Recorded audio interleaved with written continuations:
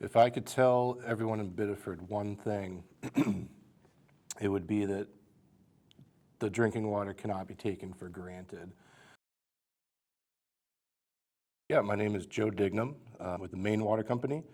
I'm the chief operator of this facility here, which is the Saco River Drinking Water Resource Center out of Biddeford, Maine.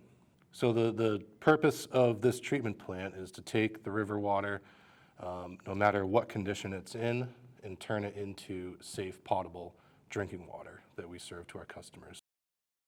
I'll just start by saying there aren't very many public water systems in the state that use a river as a source.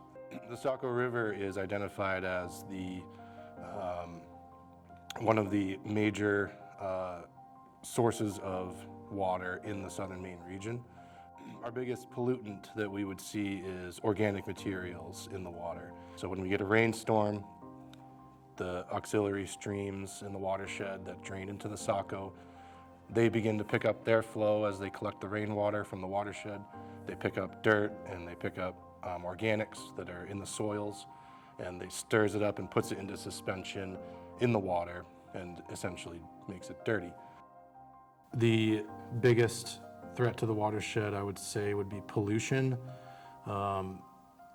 Pollution in the form of either nutrient loading from agricultural activities, unreported spills, and also from more extreme weather events, adding organic pollution into the river that becomes difficult to treat. So if we have a big rainstorm that happens, the Saco River watershed is 1,700 square miles, and it extends all the way up into northern New Hampshire.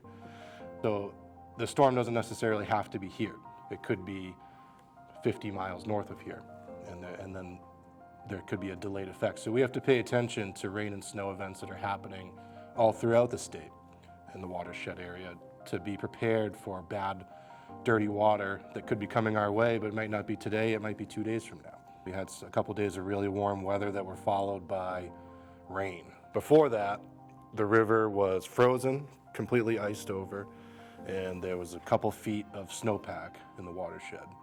All that snow melt very quickly makes its way into the river, and it brings with it all of the soils and the debris. The dirtier the water is, the more expensive and the harder it is to treat. It also takes a lot more man hours to dial in the chemistry, do the testing in our laboratory to determine the dosages that we need. There's a lot of work that goes into making that clean water that comes out of your faucet. There's hard work behind it, there's research behind it, and there's a lot of people that really care about what they do behind that, so don't take that for granted.